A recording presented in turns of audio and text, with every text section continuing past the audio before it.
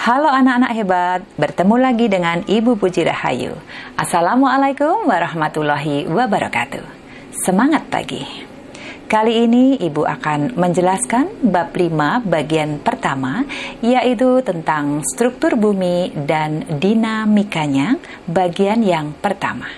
Setelah menyaksikan tayangan video ini diharapkan kalian mampu 1. Menjelaskan struktur lapisan penyusun bumi, 2. Menjelaskan komponen utama penyusun bumi, dan 3. Menjelaskan lapisan-lapisan atmosfer bumi. Kita awali dengan struktur lapisan bumi. Bumi merupakan planet tempat kita hidup dan melakukan seluruh aktivitas kehidupan. Berdasarkan gambar yang diambil dari teleskop Hubble yang diluncurkan oleh NASA, bumi berbentuk bulat seperti bola. Namun bumi tidak kosong seperti bola. Di dalam bumi terdapat beberapa lapisan-lapisan. Kita lihat lapisan yang paling luar bernama kerak bumi. Kerak bumi merupakan lapisan paling luar yang merupakan lapisan tanah dan bebatuan. Dan di kerak bumi inilah tempat tinggal semua makhluk hidup yang ada di bumi. Berikutnya adalah mantel bumi, disebut juga selubung, atau disebut juga astenosfer, yaitu lapisan yang berisi bebatuan padat. Berikutnya adalah inti bumi. Inti bumi terbagi menjadi 2. Yang pertama adalah inti luar. Inti luar ini berisi cairan. Dan yang paling dalam ini adalah inti dalam, dan di dalamnya berupa material padat. Bagian bumi tempat berlangsungnya kehidupan dinamakan biosfer. Biosfer terdiri dari 3 komponen. Yang pertama adalah atmosfer atau komponen gas, kedua litosfer atau komponen padatan, dan yang ketiga adalah hidrosfer atau komponen air. Selain itu ada pula bagian bumi yang bagian es itu disebut dengan kriosfer. Kita bahas satu persatu tentang komponen penyusun bumi. Yang pertama adalah atmosfer bumi. Atmosfer berasal dari kata atmos yang berarti uap dan sphaira berarti lapisan. Jadi atmosfer berarti lapisan uap yang menyelimuti bumi. Pada atmosfer terdapat banyak gas, di antaranya adalah 1. Nitrogen.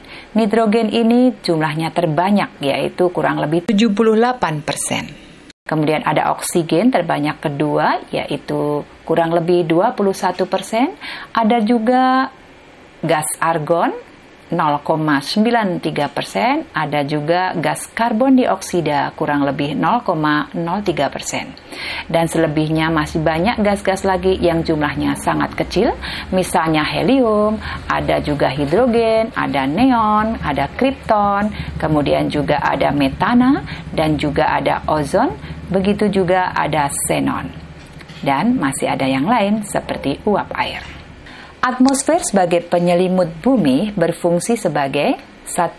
Menyediakan gas-gas yang dibutuhkan oleh makhluk hidup, 2. Menjaga kestabilan suhu bumi, 3. Melindungi bumi dari benturan atau jatuhnya benda-benda angkasa luar seperti meteor, dan yang keempat, menyebarkan air ke berbagai tempat di bumi.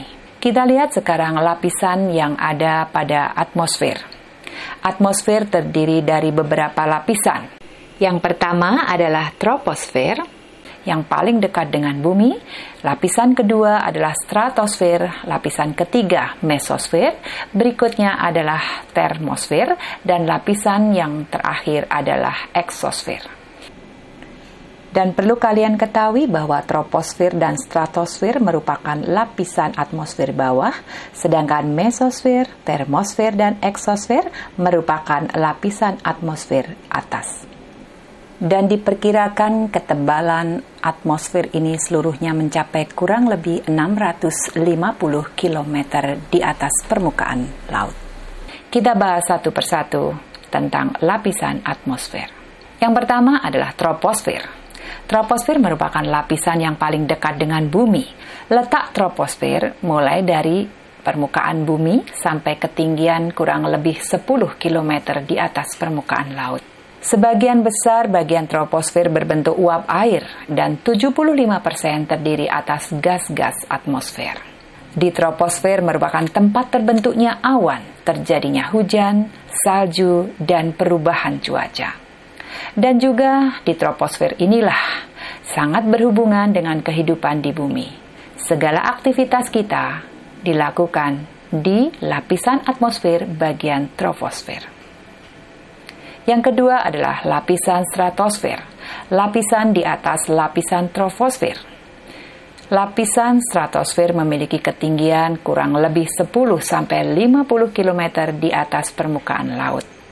Dan pada lapisan ini, oksigen akan diubah menjadi ozon. Lapisan ozon adalah lapisan yang dapat mengurangi radiasi ultraviolet dari sinar matahari.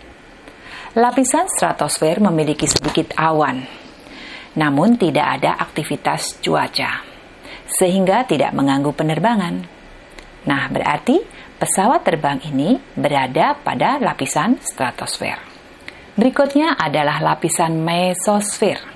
Lapisan mesosfer merupakan lapisan di atas lapisan stratosfer dengan ketinggian kurang lebih antara 50-85 km di atas permukaan laut. Lapisan ini merupakan lapisan pelindung bumi dari benda-benda luar angkasa.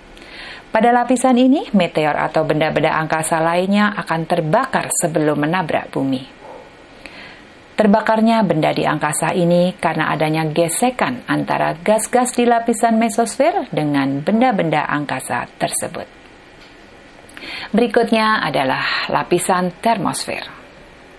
Lapisan ini berada pada ketinggian 85 hingga 500 km di atas permukaan laut.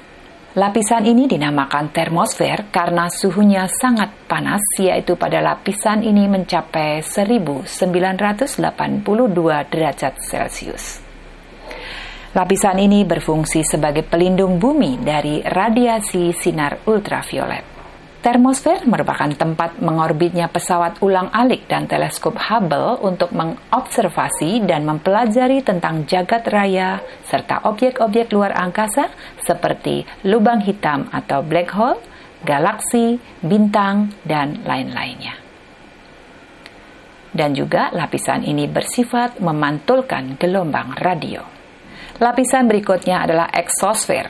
Eksosfer merupakan lapisan tertinggi yang merupakan batas antara luar angkasa dengan atmosfer bumi. Lapisan eksosfer terdapat pada ketinggian lebih dari 500 km di atas permukaan laut. Di lapisan inilah tempat satelit-satelit buatan mengorbit mengitari bumi. Dan kandungan utama dari eksosfer adalah gas hidrogen. Itulah lapisan-lapisan pada atmosfer. Sekarang kita lihat suhu atau temperatur pada lapisan atmosfer. Suhu atau temperatur di lapisan atmosfer itu berbeda-beda. Suhu udara di lapisan troposfer mencapai kurang lebih antara min 60 derajat sampai 27 derajat Celcius. Kemudian bagian terendah dari stratosfer memiliki suhu yang paling hangat. Hal ini terjadi karena permukaan bumi menyerap energi radiasi matahari, kemudian menyalurkannya ke udara di atasnya. Berbeda dengan lapisan troposfer, suhu di lapisan stratosfer semakin tinggi, seiring dengan bertambahnya ketinggian. Hal ini disebabkan adanya ozon. Ozon terdapat di bagian atas stratosfer. Molekul ozon mampu menyerap energi matahari sehingga mengakibatkan kenaikan temperatur. Pada lapisan mesosfer memiliki karakteristik seperti stratosfer, yakni semakin tinggi maka temperaturnya semakin rendah. Hal ini dikarenakan mesosfer tersusun atas molekul gas yang sulit menyerap energi matahari. Sedangkan lapisan termosfer dan eksosfer merupakan lapisan pertama yang menerima radiasi energi matahari. Lapisan termosfer dan eksosfer memiliki jumlah molekul yang sangat sedikit. Akan tetapi, molekul pada dua lapisan ini sangat efektif dalam menyerap energi matahari. Akibatnya, semakin tinggi ketinggiannya, semakin besar pula temperaturnya. Dan perlu kalian ketahui bahwa besarnya tekanan udara di atmosfer itu akan berkurang seiring dengan bertambahnya ketinggian atmosfer di atas permukaan laut. Hal ini dapat kita rasakan ketika kita sedang mendaki gunung atau berada di daerah pegunungan yang sangat tinggi, kita akan merasakan sedikit kesulitan untuk bernafas seperti biasa. Hal ini terjadi karena di daerah yang lebih tinggi, jumlah molekul udara termasuk oksigen itu semakin sedikit. Dan menurut penelitian akan terjadi penurunan tekanan udara sekitar 1 atmosfer setiap kenaikan 100 meter di atas permukaan laut. Nah anak-anak, itulah tadi tentang lapisan atmosfer.